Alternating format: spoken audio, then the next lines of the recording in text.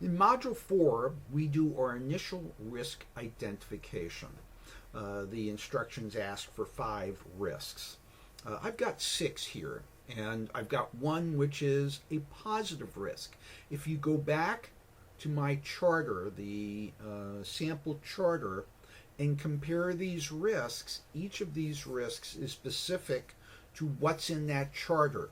So as I've gone through the charter and the planning and the scheduling with the project team, we do our initial data gathering, identifying any potential risks. Notice that each risk is a very fundamental or very low level risk. I could state one high level risk, that the project scope may increase beyond what I originally planned. But that's not detailed enough. For every risk, we should be asking, why is that a risk?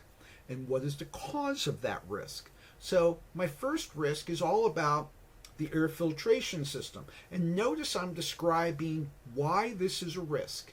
That how does this compare with what was originally in my scope?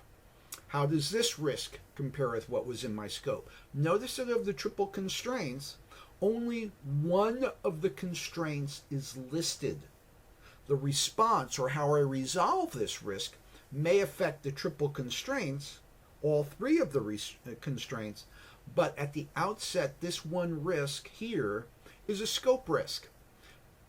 If I have to, or the air filtration system not supporting clean room manufacturing means that I have to expand the scope of the project to include, to be able to support clean room manufacturing. Again, here I'd have to increase the scope to repair any hidden damage, increase the scope to expand the building power to drive the manufacturing and the R&D equipment. So in your own risk registers, ask why for each of your risks. Is it at the lowest level? Is it specific? Is it clear? Is it concise? Is it understandable? If you don't look at that risk for 2 months and come back to it, will you remember what it means? Also, for Module 4, we only have 3 pieces of data to enter.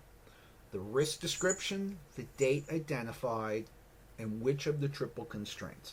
And these are the things that I will be looking at as I grade your papers. If you want explanation for what the columns mean, you can click on the definition tab, which shows you a definition for each of the columns.